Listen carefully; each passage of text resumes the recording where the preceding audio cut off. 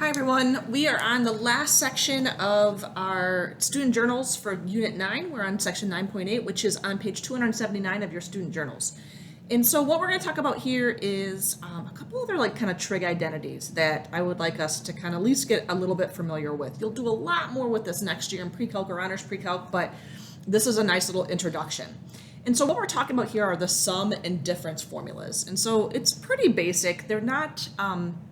it's just kind of another way you can kind of equivalently write the sum of two angles. Like if you take the sine of the sum of two angles or the sine of the difference of two angles, and then the same with cosine and tangent.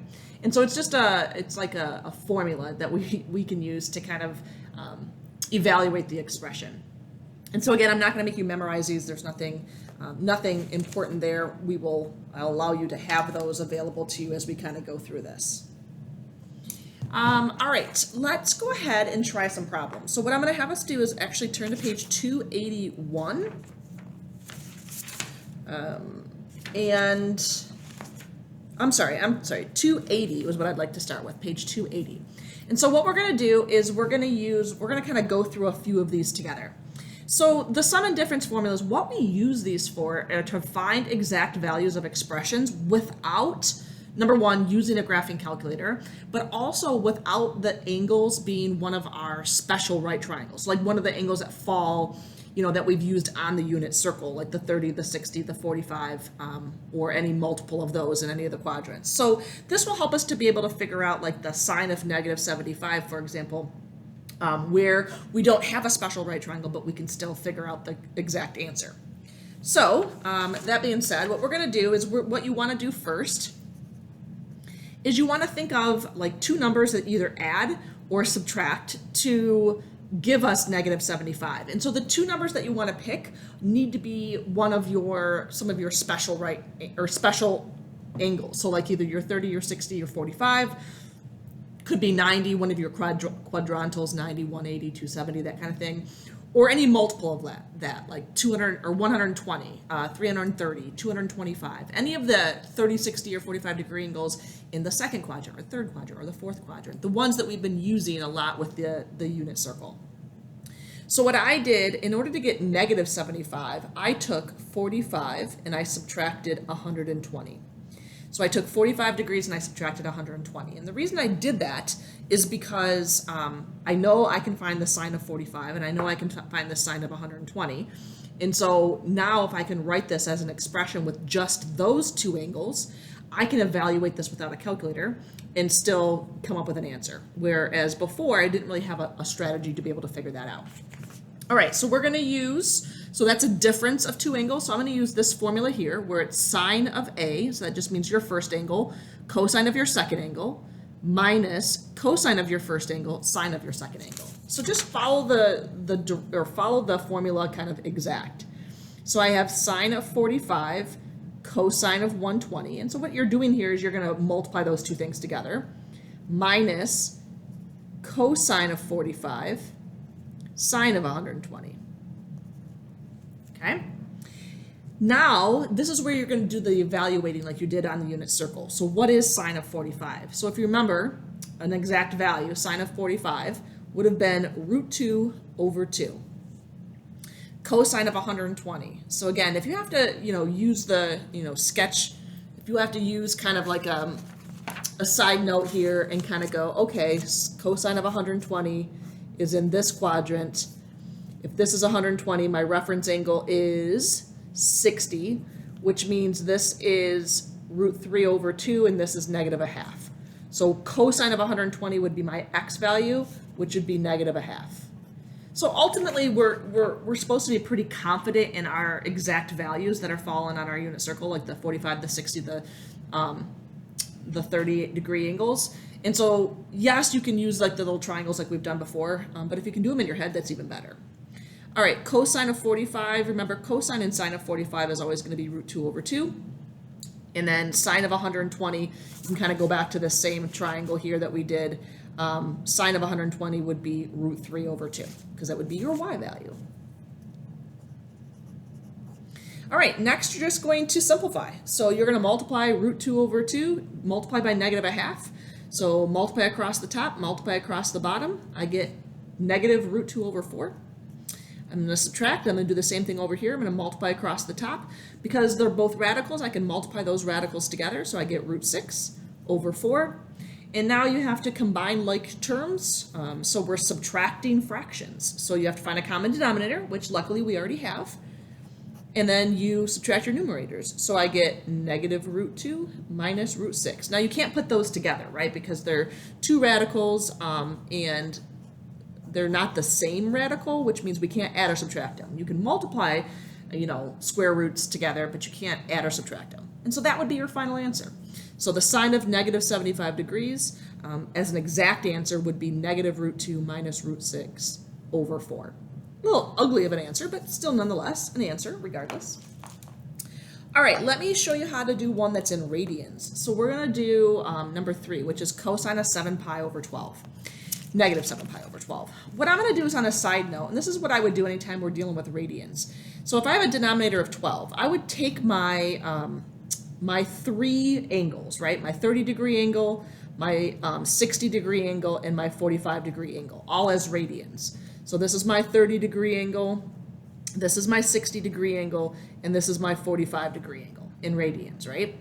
Since the denominator is 12, let's rewrite these with a denominator of 12.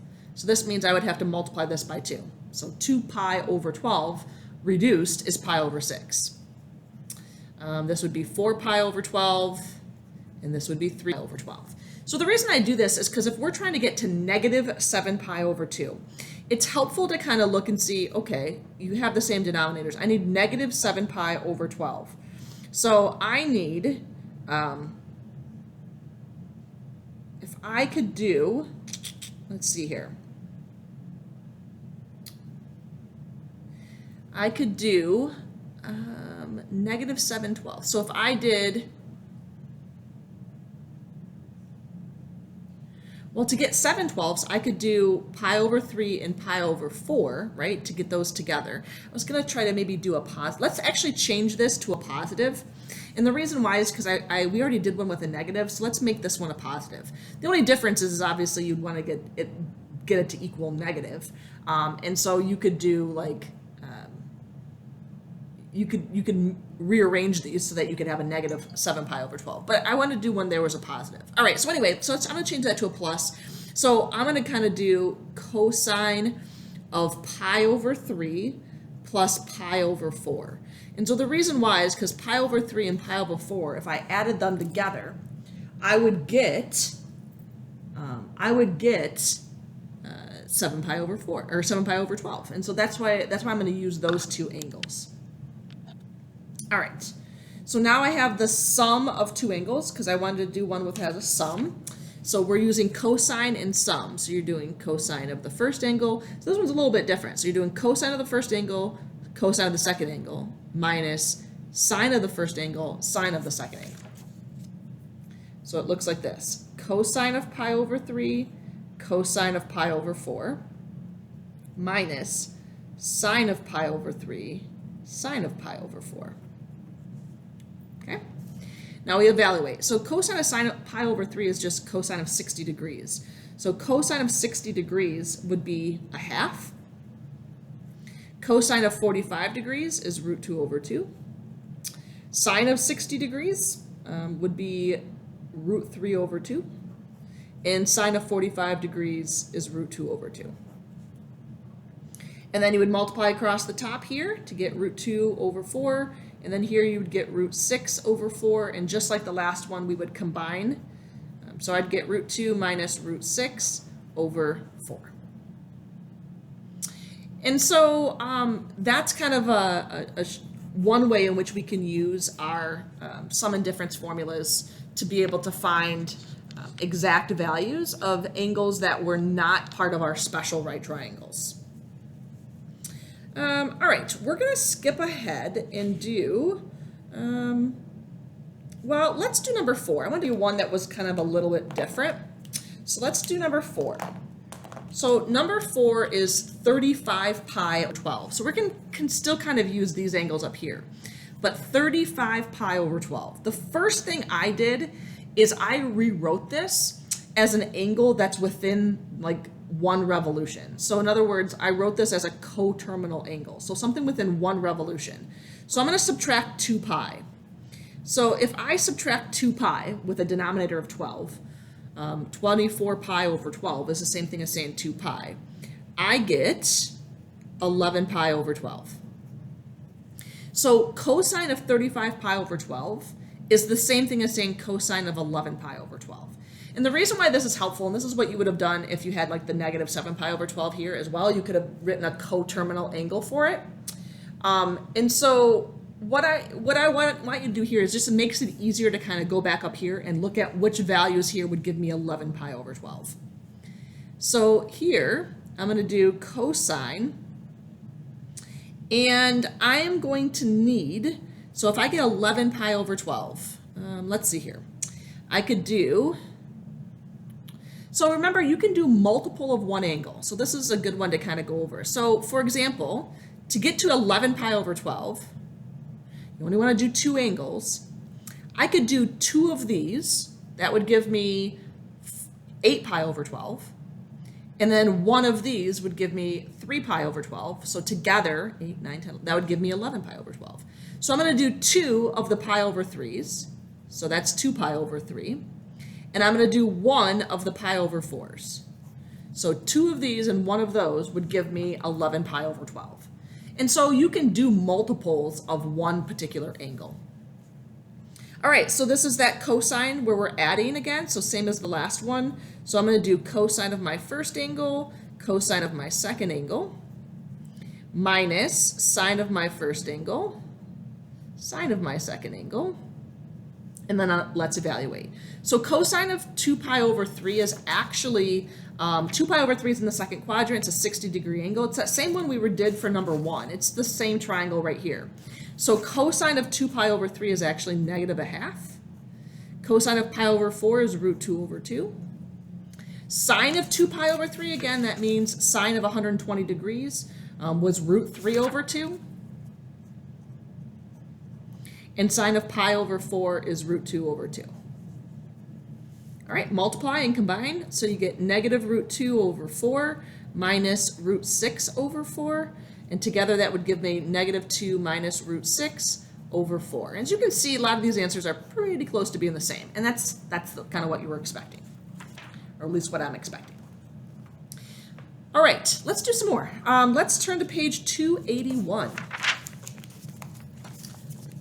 So I'm not going to do all of them on here, but let's do a few. So it says simplify the expression. So they're kind of giving you, I'm going to start with number 9. They're giving you a sine and then 2 angles, but they're not really giving you an angle. They're telling you one is x and one is pi over 2. So what that means is you can't evaluate it like we did the last ones. So we're not going to get to an answer that has all numbers. We're going to get an expression as our answer. What it means, we're going to have a value of x. So we're simplifying the expression is different than evaluating.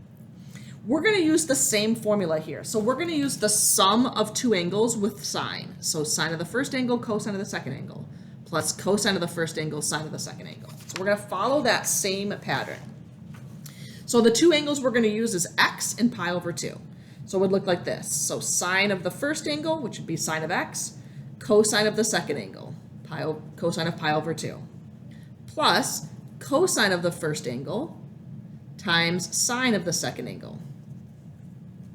So now we're going to simplify. All right, so sine of x, we don't really know what that is because we don't know what x is, right? We don't know what angle that is, but we can simplify cosine of pi over 2. So remember, pi over 2 is 90 degrees. And at 90 degrees, cosine is 0. So if I took this and I said this is sine of x times 0, okay? Over here, I have cosine of x, and then I have sine of pi over 2. Well, sine of pi over 2 is 1, because it's your y value at 90 degrees. All right, let's simplify. 0 times anything is 0. So that just kind of cancels out, right? That just gives me 0. And then cosine of x times 1 is just cosine of x. So that's what I mean by simplifying the expression. You're not actually evaluating it. You're not getting an answer, like a numeric answer. You're getting just an expression. Let's do one with tan. We haven't done one with tan, so let's do number 10. So what I'm going to do here is this is the tangent of two angles that are being subtracted. So tangent is a little different, as you notice. It's always a little bit different, right? So tangent of the first angle minus tangent of the second angle over, so it's a ratio, 1 plus tangent of the first angle, tangent of the second angle. So we're going to follow that path or plan to simplify this expression. So it would look like this. Tangent of the first angle minus tangent of the second angle over 1 plus tangent of the first angle, tangent of the second angle. All right, let's evaluate, or let's simplify what we can. So again, we can't simplify tangent of x because we don't know what x is. Tangent of 2 pi is 1 revolution around, so that would be the point 1, 0, is that quadrantal. So tangent of 2 pi would be y divided by x. So 0 divided by 1, well, is 0.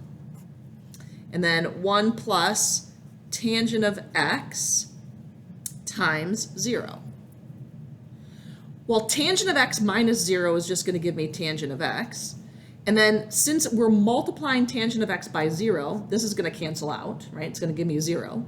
And so this would just be over 1, which again, if we just obviously reduce it, we get tangent of x. All right, so we took this expression, we simplified it down to tangent of x. Let's do some more.